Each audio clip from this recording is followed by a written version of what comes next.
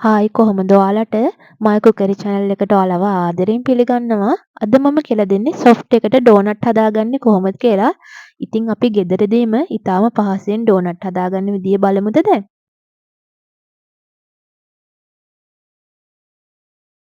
මුලින්ම අපි fresh milk එකට ලුණු ටිකක් එකතු කරගන්නවා මෙන්න මේ විදිහට.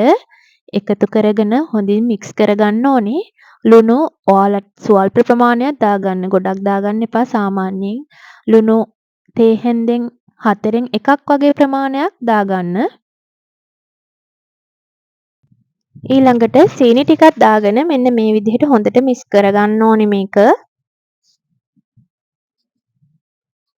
දැන් මම ඊස්ට් ටික එකතු කරගන්නවා. ඊස්ට් ටිකත් එකතු කරගෙන නැවතත් හොඳට මේක ඊස්ට් ටික දිය වෙනකම් mix කරගන්න ඕනේ.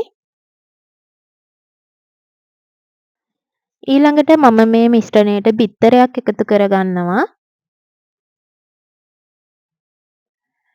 බිත්තරේ එකතු කරගෙන නැවතත් හොඳට මේක mix කරගන්න ඕනේ.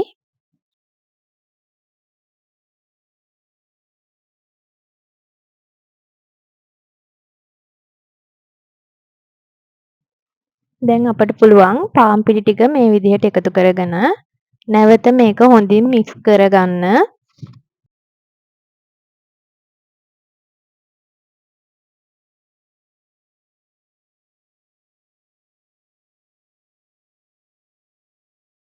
දැන් අපි බටර් ටික එකතු කරගන්න ඕනේ. දැන් අපි මෙතෙන් සිට මේක mix කරගන්නේ අතින්. එතකොට හොඳට soft වෙනකම්ම මේක අතින් හොඳට අනා ගන්න ඕනේ.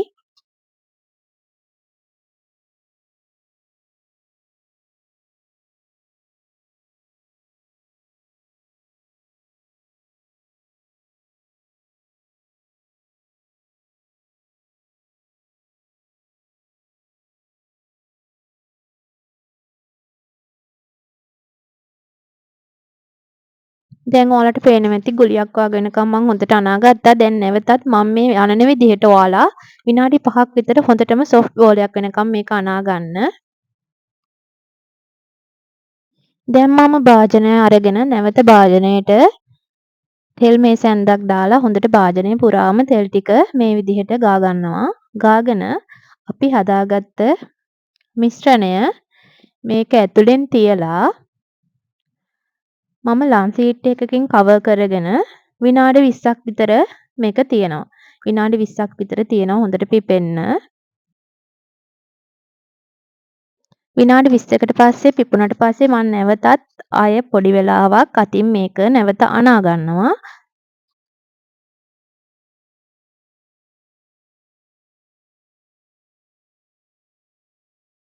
දැන් නැවත පොඩි පොඩි බෝලවලට මේ මිශ්‍රණය කඩාගෙන අල්ල මත රෝල් කරගනිමින් මෙන්න මේ විදිහට ඇඟිලි තුඩු වලින් බෝලයක් ආකාරයට හදාගන්න.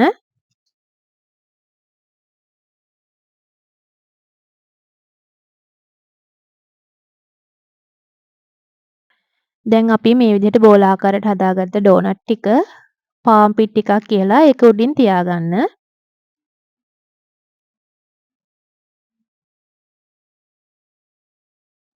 තියාගෙන දැන් චුට්ටක් මේ විදිහට ඇඟිලි වලින් මේ බෝලය පැතලි කරගන්න. ඩෝනට් හැඩය මතුවෙන්න මේ බෝලය පැතලි කරගන්න. ඔයාලා බෝල ටික එකම ප්‍රමාණයට හදාගන්න ඕනේ. දැන් පැතිලි කරගත්තට පස්සේ මම මේ විදිහට නොසල් එකක් භාවිතා කරලා මැද කොටස අයින් කරගන්නවා ඩෝනට් හැඩය මතු කරගන්න. මේ විදිහට අපට පුළුවන් මැද කොටස අයින් කරගන්න. දැන් නැවත මෙන්න මේ විදිහට ඩෝනට් හැඩය හදාගන්න පුළුවන්.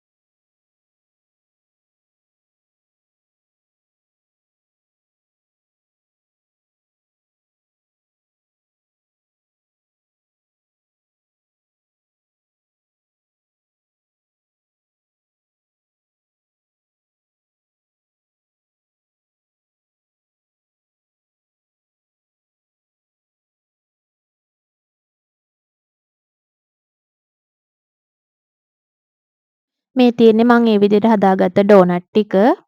සාමාන්‍යයෙන් මේ මිශ්‍රණයෙන් ඩෝනට් 10ක් විතර හදාගන්න පුළුවන්. ඊළඟට මම තෙල් තාච්චි ලිපේ තියලා මේ විදිහට ඩෝනට් ටික බැද ගන්නවා. එක පැත්තක් දුඹුරු පාට වෙනකොට අපි අනිත් පැත්ත හරවා ගන්න ඕනේ. මේ විදිහට එක පැත්තක් දුඹුරු පාට වීගෙන එනකොට අපිට පුළුවන් දැන් අනිත් පැත්ත හරවාගෙන ඒ පැත්තත් ඒ පාටම එනකන් හොඳට බැද ගන්න.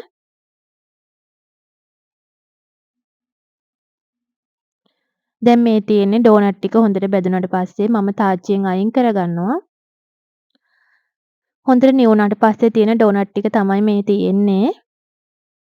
දැන් මම කුකින් චොකලට් වලට චොකලට් පවුඩර් ටිකක් දාලා ෆ්‍රෙෂ් මිල්ක් ටිකක් දාලා ඩබල් බොයිල් කරගත්ත මිශ්‍රණයක් තමයි මේ තියෙන්නේ. ඔයාලට වයිට් චොකලට් උනත් ගන්න පුළුවන්.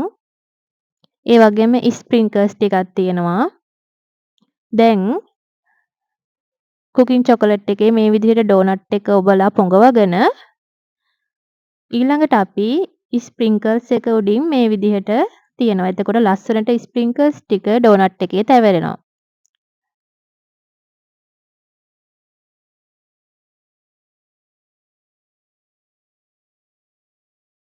මේ විදිහට හදාගත්ත ඩෝනට් ඔක්කොම අපට ලස්සන කරගන්න පුළුවන්. ඒ වගේම රස කරගන්නත් පුළුවන්. චොකලට් තැවරුමෙන් ඉතා ප්‍රණීත රසයක් ලබා ගන්න පුළුවන්. ඉතින් බිස්නස් එකක් කරන කෙනෙකුට උනත් ඉතා ලේසියෙන් පහසුවෙන් හදාගන්න පුළුවන් ඩෝනට් එකක් තමයි අද මම කියලා දුන්නේ. මේ වගේ රසවත් ආහාර හදන විදිහ ඉදිරියටත් කියලා දෙනවා. මාත් එක්ක දිගටම රැඳිලා ඉන්න. මේ ඔයාලගේ ආදරණීය කුකරේ